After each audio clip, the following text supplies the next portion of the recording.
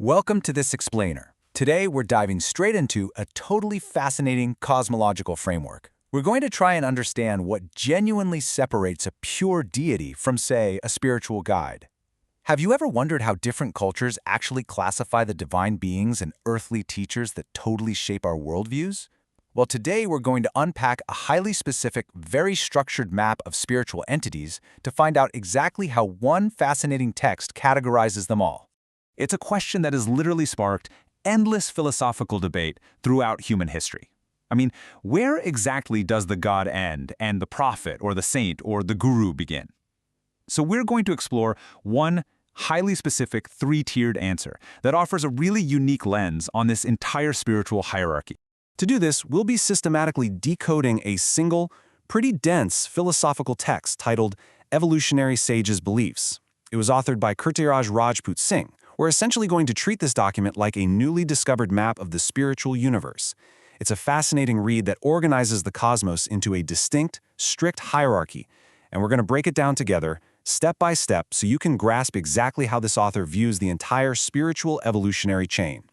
Here is our agenda for today. First, unpacking evolutionary sages. Second, Tier 1, pure believers. Third, Tier 2, God's shadows. Fourth, Tier 3, the eternal curse. And finally, number 5, the mechanics of salvation. All right, let's get into Section 1, Unpacking Evolutionary Sages. To really understand the architecture of this text, we have to look at its core concept, which is the sage's believer. This term basically serves as the overarching classification for every single being we are going to discuss today. Whether they're untouchable gods from antiquity or wandering mystics on Earth right now, in this framework, they all fall under this one umbrella. They're all operating within a specific tier and moving along a path toward ultimate purity. The author actually provides some built-in scaffolding for us, literally numbering the text from 1 to 3. So we're going to follow this natural descent from ultimate divinity all the way down to the earthly realm. Step 1 covers the pure believers, right at the very top. Step 2 brings us to those who are closer to pure life, kind of acting as a bridge. And Step 3 brings us all the way down to the eternally earthbound sages. Let's start our descent, shall we? Section 2, Tier 1, Pure Believers. Starting at the very top of the cosmos, we encounter the untouchable, absolutely highest form of divinity. The text explicitly describes these top-tier beings as an already gods-like figure. According to the author, they were just already pure. They didn't have to evolve into gods. They simply were. And they arrived in what the text calls our early ignorance world, specifically to become the prime movers of spiritual law. Now, the really crucial point here is why they came. They arrived to establish what the author calls dharam.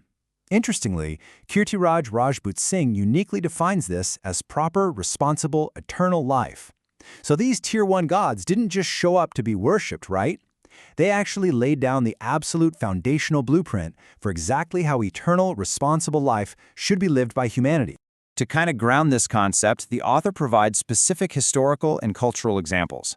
And the examples of this first tier span from the carved gods of Egypt, Hinduism, and Zoroastrianism, all the way over to the deities worshipped by uncontacted tribes and the ancient gods of Amazonian temples from what the text calls far long ago. It's a remarkably inclusive list. It suggests that all these ancient foundational deities across human history actually occupy this exact same supreme Tier 1 status. Moving right along to Section 3, Tier 2, God's Shadows. Taking a step down the cosmic ladder, we move from those untouchable gods down to historical spiritual guides. This brilliantly illustrates the descent, because unlike the original gods of Tier 1, who were already gods-like, the entities in Tier 2 are described as being closer to pure life. The text literally calls them God's shadow, meaning they're reflections or continuations of that original divine blueprint.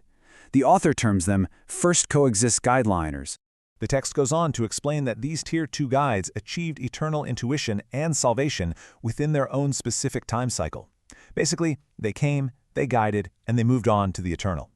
The source gives us very clear historical examples here: Jesus Christ, Buddha, Guru Nanak Shah, and Sai Baba.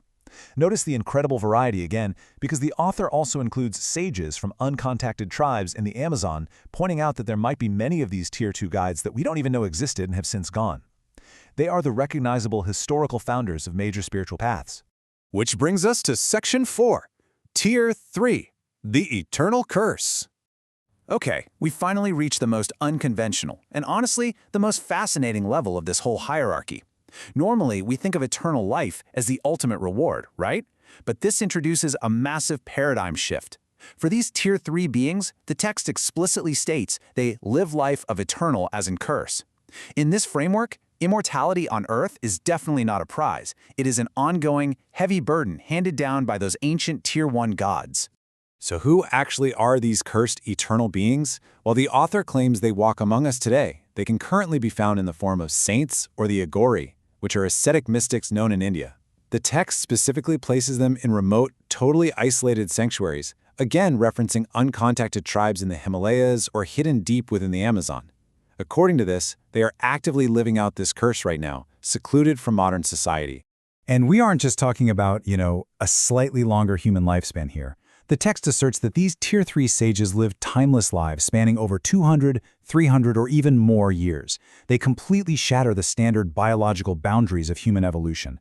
And why? Simply because they're tasked with providing ongoing guidelines and teaching humanity for the future running timeline. They are fundamentally tethered to our world, just to guide us.